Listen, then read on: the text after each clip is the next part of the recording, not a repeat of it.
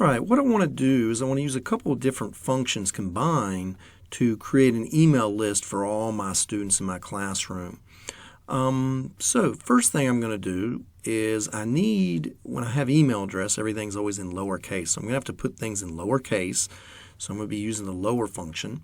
I'm going to use the and sign, the ampersand, to join things together. And I'm going to I want the left part of Caroline's, the first letter in each of these people's names for Caroline, Cecil, Jeff, and Kathy.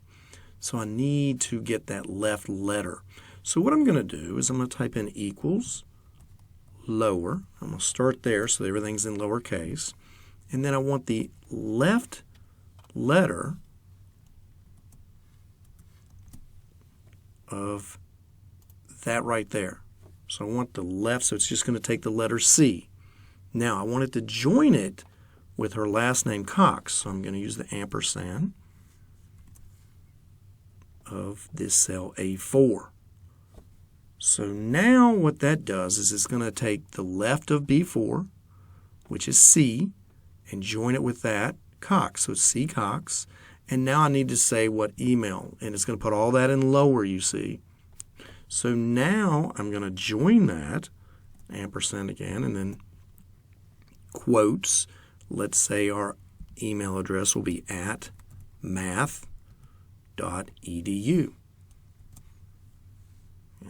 And then just hit return, and you can see there I've now created, here's going to be her email address. And now that I've created here, I can just Control D to fill it down, and there's everybody now is put into that email address that we've just created. And if I have 1,000 people, boom, I'm done. Very quickly and easily. You can see again, here's the formulas. Let's go ahead and display it, show the formulas. So you can see, here's what I did. I typed equals lower, so I'd get the lower letter of Caroline, so I'd put everything in lowercase.